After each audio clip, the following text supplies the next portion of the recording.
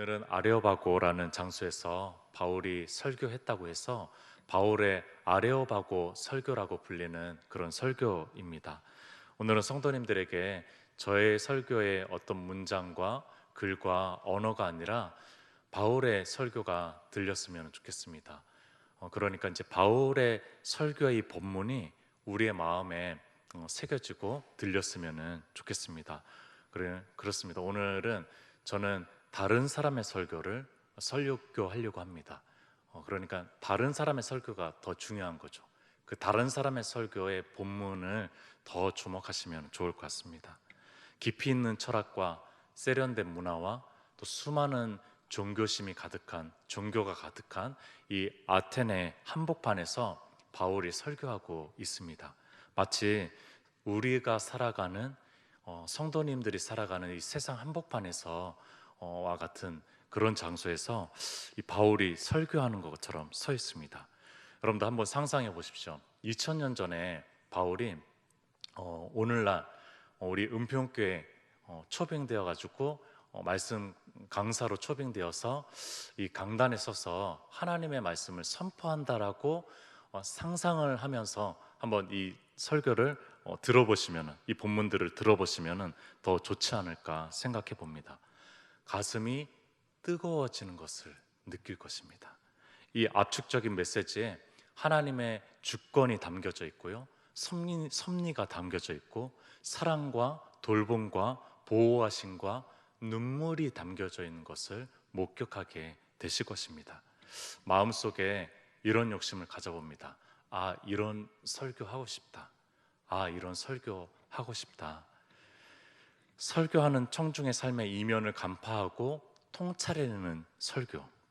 화려한 세상 한복판에서도 주눅들지 않고 담대하게 선포하는 그런 설교. 수많은 진리들의 목소리들, 이 다원주의 세상 속에서 그 한복판에서 한 가지의 진리만 선포하는 그런 설교. 세상 앞에서 회개하라고 선언하는 설교. 예수님의 죽으심과 부활하심의 복음을 가장 가치 있고 소중하게 여기는 복음적인 설교. 청중이 이런 설교를 들었을 때 어떻게 반응할까 생각할까? 그렇게 전전긍긍하면서 설교하는 이 작은 설교자에게는 이 바울의 설교 모습이 너무나 부럽습니다. 이 확신에 찬 설교가 너무나 부럽습니다. 먼저 바울이 설교하는 아레오바고라는 곳이 어떤 장소인지 잠시 보도록 하겠습니다. 아레오바고, 이곳은 아레스 언덕이라는 뜻입니다. 그러니까 커다란 바위, 언덕을 지칭하고 있는 것이에요. 여러분들, 이것이 왜 중요하냐면요, 여기에서 무엇이 열렸냐면, 여기가 바로 오늘날에는 최고 법정, 고등법원이 열렸던 곳이기 때문에 아주 중요한 장소입니다. 그러니까 고대 헬라의 가장 유서 깊은 법정이 열렸던 그런 장소가 아레오바고라는 장소라는 것입니다. 여러분들, 그러니까 생각해 보면은 오랜 세기 동안 이곳은 최고의 가르침들이 울려 퍼졌고요, 또한 최고의 법 집행들이 일어난 곳이 바로 이 아레오바고인데, 여기에서 이 세상의 한복판에서 바울은 하나님의 말씀을 전하고 있는 것입니다. 바울은 다른 강연을 벌이고 있는 것이 아니라 당신이 생각하는 최고의 가르침인 하나님의 말씀, 진리를 선포하고 있는 것입니다. 여러분들, 설교를 듣는 청중은 어떠한가 한번 봅시다. 아테네 사람들이 어떠했는지 그 전 구절들을 한번 보도록 하겠습니다. 19절, 그를 붙들어 아레오바고로 가며 말하기를, 내가 말하는 이 새로운 가르침이 무엇인지 우리가 알 수 있겠느냐. 새로운 가르침이 무엇인지 알 수 있겠느냐. 바울을 끌면서 새로운 가르침이 무엇인지 알려달라고 얘기합니다. 21절을 보겠습니다. 모든 아덴 사람과 거기서 나그네 된 외국인들이, 심지어 외국인조차 가장 새로운 것을 말하고 듣는 것 외에는 달리 시간을 쓰지 않음이었더라. 여러분들, 이들은 새로운 가르침을 말하고 듣는 것 외에는 별로 신경을 쓰지 않습니다. 여러분들, 이들은 새로운 것들을 추구하고 또 추구하고 쫓고 쫓는 사람이 바로 이 아테네 사람들이고, 심지어 여기에 모였던 그 나그네들도 그런 생각들을 추구했다는 그런 것입니다. 여러분들 참 놀랍지 않습니까? 2000년 전에 이 아테네의 모습이 오늘날 우리의 모습과 별반 다르지 않다라는 것에 너무나 많이 놀랐습니다. 여러분들, 이들이 추구했던 새로운 가르침은 이들에게는 새로운 문명입니다. 새로운 문명. 여러분들, 우리 시대의 새로운 문명은 무엇입니까? 새로운 전자기기, 새로운 패션, 새로운 카페, 새로운 맛집, 새로운 여행지, 새로운 영상 콘텐츠, 새로운 자격증, 새로운 업종, 사람도 새롭고 참신한 사람, 설교도 새로운 설교를 추구하는 오늘날과 별반 다르지 않는 그 모습을 우리는 이 아테네의 모습에서 또 발견하게 된다는 것입니다. 어떻게 이렇게 같은 마음일까 생각해 봅니다. 여러분들, 전도서의 한 구절이 떠오릅니다. 전도서 1장 9절, 해 아래 새로운 것이 없나니. 이 솔로몬 왕의 이 고백이 떠오릅니다. 여러분들, 이 솔로몬 왕이 어떤 사람입니까? 새로운 것을 가장 먼저 접했던 최고의 권력자 아닙니까? 새로운 것을 가장 많이 누렸던 최고의 부자 아니었습니까? 여러분들, 이 솔로몬이 고백하는 것이, 이 땅에 새로운 것이 없다. 그렇게 많이 누린 사람이 새로운 것이 없다라고 얘기하고 있다는 거예요. 여러분들, 저처럼 새로운 것을 많이 접하지 않은 그런 사람과 달리 이 솔로몬이 고백한 고백이라니까요. 이런 얘기죠. 이런저런 누릴 것들 다 누려보았어. 좋은 것들을 다 가져도 보았지. 재물도, 심지어 아내도, 세상 좋은 신기한 물건들도 많이 누려보았어. 새롭다라는 여러 교훈들과 사상들과 지혜들도 많이 대화해보고 접해보았지. 많은 세상 탁월한 사람들도 만나보았고, 많은 인재들도 내 권력 아래 인재로 삼아 보았지. 그런데 이 삶의 방식도 허무하다라는 것을 느끼네. 하늘 아래 사는 우리 인생에서 내게 만족을 주는 어떤 새롭고 참신한 무엇이 도대체 있을까? 허무하다. 헛되다. 라고 고백하고 있는 것입니다. 아테네 사람들은 새로운 교훈들을 쫓고 또 쫓고 있는 사람들이에요. 어쩌면 그들의 마음이 더욱 허무하고 공고하고 텅 비었기 때문에 그런 거죠. 텅 빈 것을 바울은 발견하게 된 거예요. 여러분들, 그들에게 있는 수많은 종교심들이 텅 빈 마음 때문에 그런 것이죠. 새로운 가르침들을 쫓고 쫓는 것이 텅 빈 마음 때문에 그런 것이죠. 여러분들, 이렇게 화려한 아테네 속에서, 이 도시에서 이들은 텅 비었다라는 거예요. 문화적 최고의 도시, 종교적 최고의 도시, 철학적 최고의 도시에서 이들은 갖출 것을 많이 갖췄다고 생각하지만 이들의 마음은 텅 비었다라는 겁니다. 이러한 청중의 상태를 바울은 정확하게 간파했습니다. 바울의 오늘 아레오바고 설교의 처음에 메시지는 이렇습니다. 22절 끝부분에 너희를 보니 범사에 종교심이 많도다. 청중에 대해서 정확하게 간파하고 청중에 대한 팩트를 얘기하고 있습니다. 한편으로는 좀 비꼬는 말이기도 하지만요. 여러분들, 그들의 텅 빈 마음을 보게 된 거예요. 이들 안에는 갈망들을 보게 된 겁니다. 당신들이 종교심이 많은 그 이면을 나는 보고 있습니다 라고 얘기하고 있는 것입니다. 여러분들, 수많은 사람들이, 수많은 신앙인들이 이 텅 빈 가운데서 주님의 말씀이 들리기 시작했습니다. 여러분, 이 텅 빈 가난한 가운데, 갈망 가운데서 주님을 만나기 시작했죠. 이제 본격적으로 설교를 시작합니다.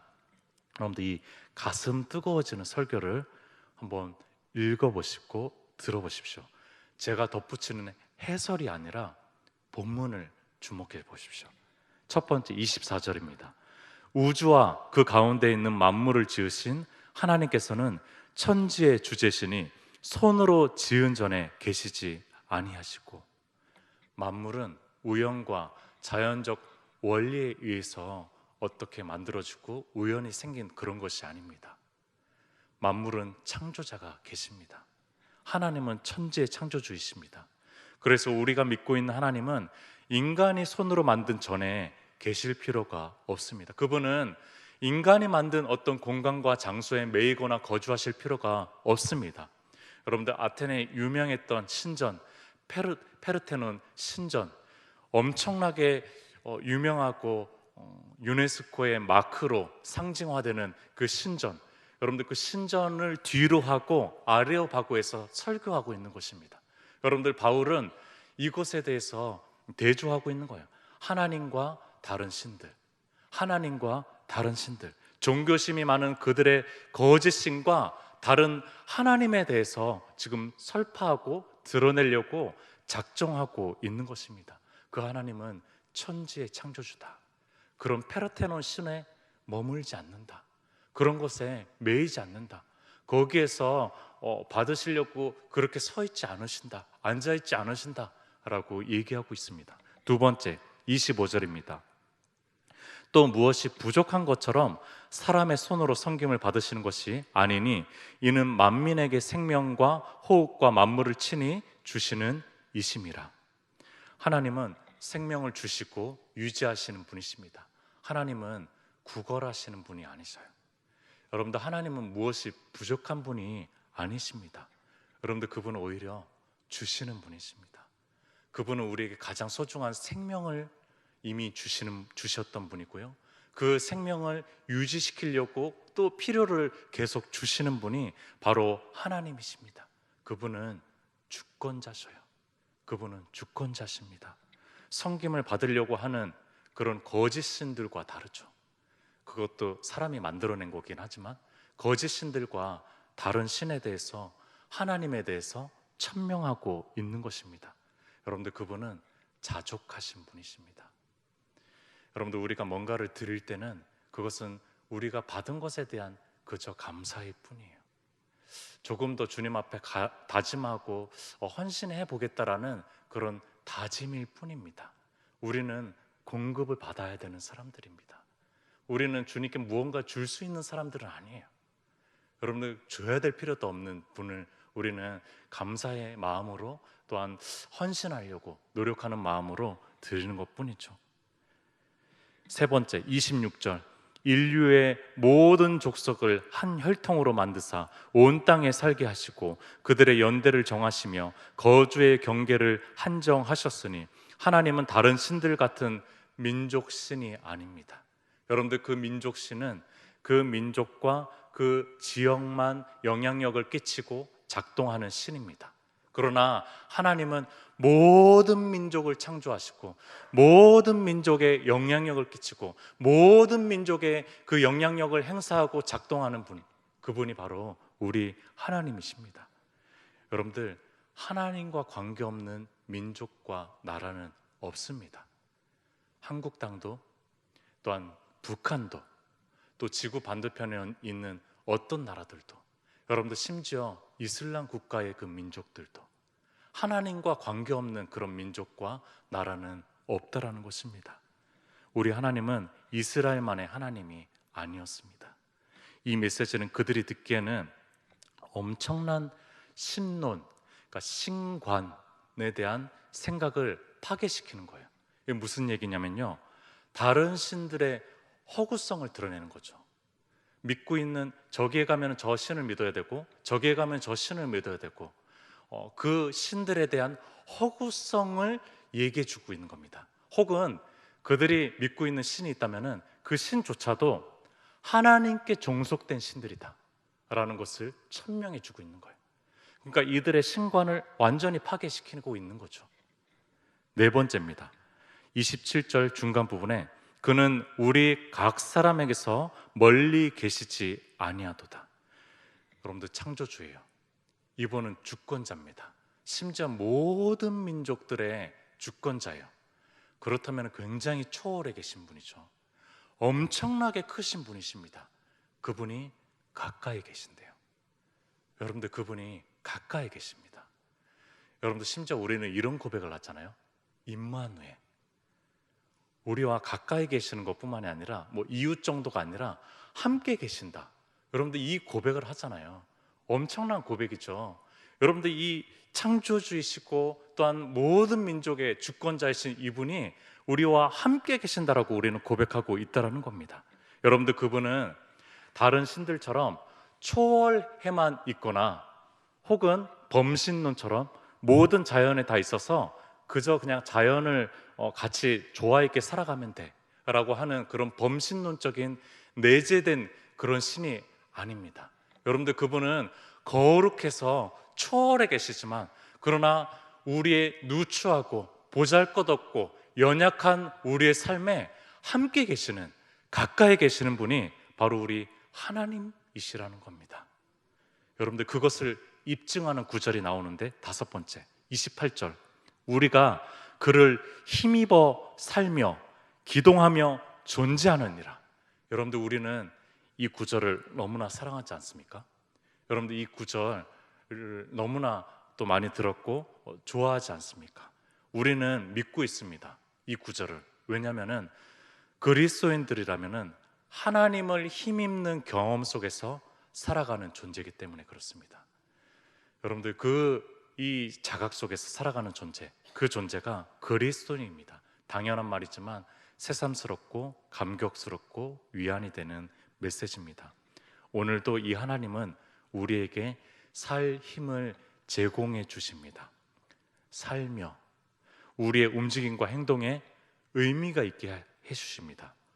기동하며 우리의 존재성을 가치 있게 만들어 주십니다. 존재하느니라. 살며 기동하며 존재하느니라. 여러분들 우리는 그런 존재입니다. 이 한 구절만큼은 오늘 꼭 기억하십시오. 오늘 여러분들이 살아갈 때, 여러분들이 존재한다는, 또 여러분들이 움직일 때 여러분들 이 구절을 꼭 기억하셨으면 좋겠습니다. 여섯 번째 29절, 이와 같이 하나님의 소생이 되었은즉 하나님을 금이나 은이나 돌에다 사람의 기술과 고안으로 새긴 것들과 같이 여길 것이 아니니라. 우리는 하나님의 소생입니다. 여러분들 하나님이 우리의 아버지라고까지 이제 얘기하고 있습니다. 바울이 하나님이 우리의 아버지래요. 이것이 다른 피조세계와 차별되는 사람의 독특성, 차별성이죠. 여러분 다른 피조물들은 가질 수 없는 그 자격과 위치, 그것을 우리는 가지고 있는데 그것은 바로 하나님의 딸들과 아들이라는 거예요. 하나님의 소생이라는 것입니다. 하나님의 자녀라는 것입니다. 그래서 다른 피조물들에게 어떤 하나님의 이름을 새길 필요가 없어요. 왜냐하면 하나님의 이름이 우리이기 때문에 그렇습니다. 여러분들 하나님의 이름은 우리에게 새겨져 있어요. 하나님의 자녀인 우리에게 새겨져 있다는 거예요. 하나님의 이름으로 살고 하나님의 이름으로 죽고 하나님의 이름으로 행동하고, 여러분들 그 사람은 바로 하나님의 자녀인 우리라는 것입니다. 다른 무엇에 새길 필요 없어요. 다른 무엇을 의지할 필요가 없습니다. 하나님은 우리가 부족해 보이지만, 너무나 초라해 보이지만, 작아 보이지만 하나님께서 우리를 직접적인 소생이라고 얘기하고 있습니다. 심지어 바울이 사용했던 양자 개념 있잖아요. 우리를 입양 아동이라고 얘기했던 그 얘기를 뛰어넘는 이야기를 하고 있는 겁니다. 너희들은 입양자가 아니야. 심지어 하나님의 직접적인 친자야, 친자식이야 라고 이방인들, 이 헬라인들에게 말씀하고 있는 거예요. 그때 바울은 그 상황에 맞게, 맥락에 맞게 하나님의 말씀을 선포하기 때문에 그렇죠. 이들이 하나님의 자녀라는 말이 이들에게 더 적합하다라고 생각을 한 거겠죠. 유대인들에게 전했던 그 메시지와 다르게. 일곱 번째 30절, 알지 못하던 시대에는 하나님이 간과하셨거니와. 하나님은 다 보시지만 못 본 채 하신 분이라고 얘기합니다. 여러분들 하나님은 우리의 모습을 낱낱이 다 알고 계십니다. 하나님께서 우리가 생각하고 우리가 행동하는, 또 우리의 혼자 있을 때 행동들을 다 하나님께서 그대로 반응한다면 우리는 여기에 지금 살아있지 못할 것입니다. 서 있지 못할 것입니다. 그러나 하나님께서는 간과하셨습니다. 하나님께서는 넘어가 주셨어요. 우리의 부모님들이 우리의 잘못들을 보고 있지만 넘어가 주신 것처럼, 우리가 부모로서 그 자녀들을 그렇게 해준 것처럼 하나님께서는 그렇게 넘어가 주신 우리의 아버지라는 맥락 안에서 얘기하고 있습니다. 하나님은 인생의 연약함을 긍휼히 여기시며 심판보다는 가급적 회개의 때를 인내하시고 기다리시는 분이십니다. 8번째 31절입니다. 마지막 절입니다. 이는 정하신 사람으로 하여금 천하를 공의로 심판할 날을 작정하시고 이에 그를 죽은 자 가운데서 다시 살리신 것으로 모든 사람에게 믿을 만한 증거를 주셨음이니라. 마지막은 공의의 심판에 대한 메시지입니다. 여러분들, 이 바울은 이 메시지를 빼놓지 않고 합니다. 우리가 믿음으로 살아가 보려고 노력하는 궁극적인 근거는 무엇입니까?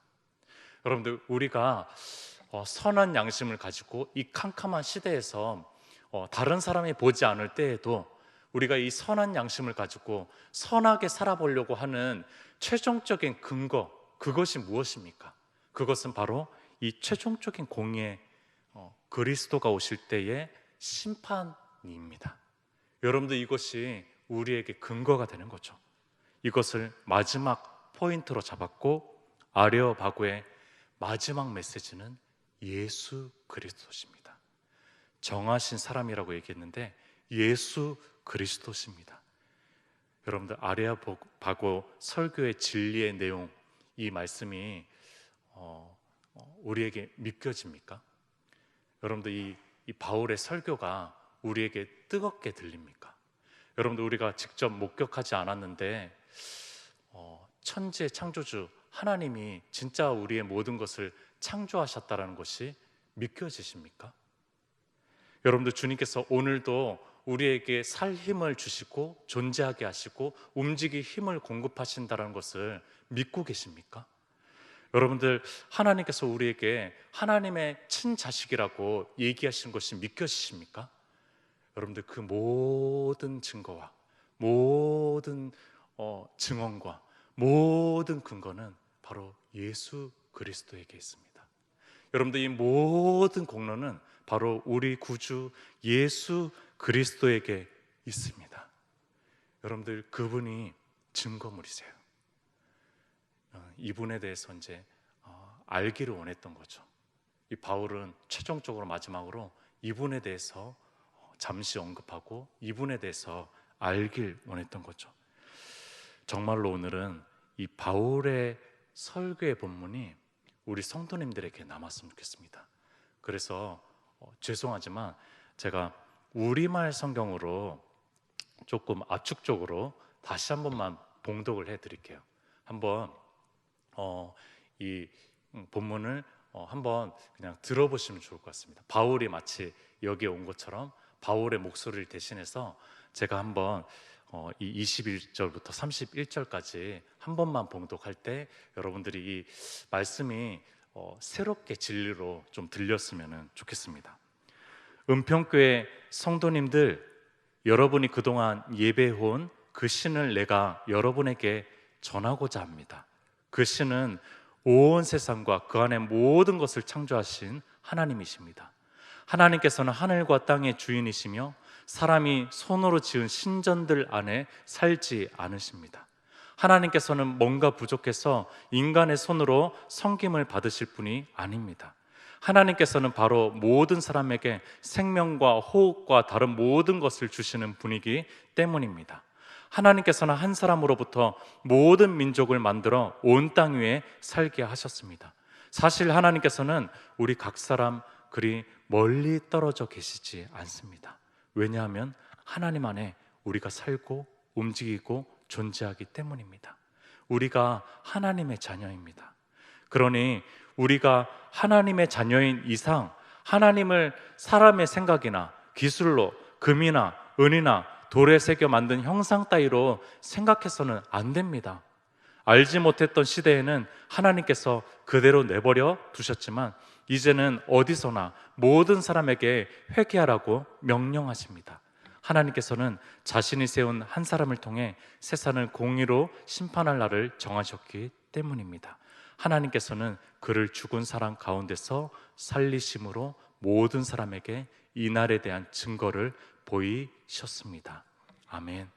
오늘 이 바울의 설교로 뜨거우십시오.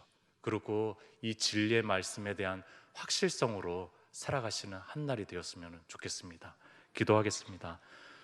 주님께서 우리 한 날을 또 이 진리의 말씀에 또 마음에 새겨진 그 모습으로 살아갈 수 있는 귀한 한 날이 될 수 있도록 또 우리가 가지고 나온 기도 제목을 또 가지고 주여 한번 외치고 기도했으면 좋겠습니다.